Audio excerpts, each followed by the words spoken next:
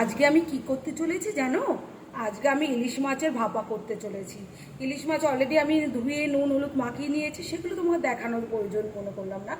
এটা আমি ধুয়ে পরিষ্কার করে নিয়েছি নুন হলুদ দিয়ে। এবার আমি এর সাথে আমি কি দিচ্ছি, পোস্ত পোস্ত আর সর্ষে বাটা, আর এর সাথে একটু কাঁচা লঙ্কা বেটে নিয়েছি একটু ঝাল হওয়ার জন্য। বাচ্চারা খাবে তো।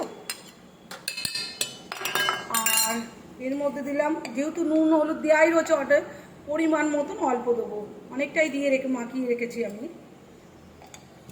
আর হালকা হলুদ দিলাম, জিরে পাউডার দিলাম, আর কয়েকটা কাঁচা লঙ্কা, এই যে কাঁচা লঙ্কা পেকে একদম লাল হয়ে গেছে।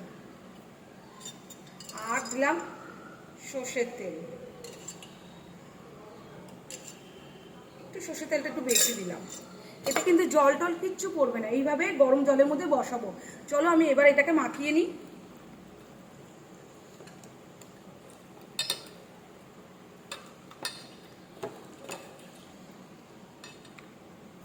অলরেডি গরম জলটা আমি বসিয়ে দিয়েছি।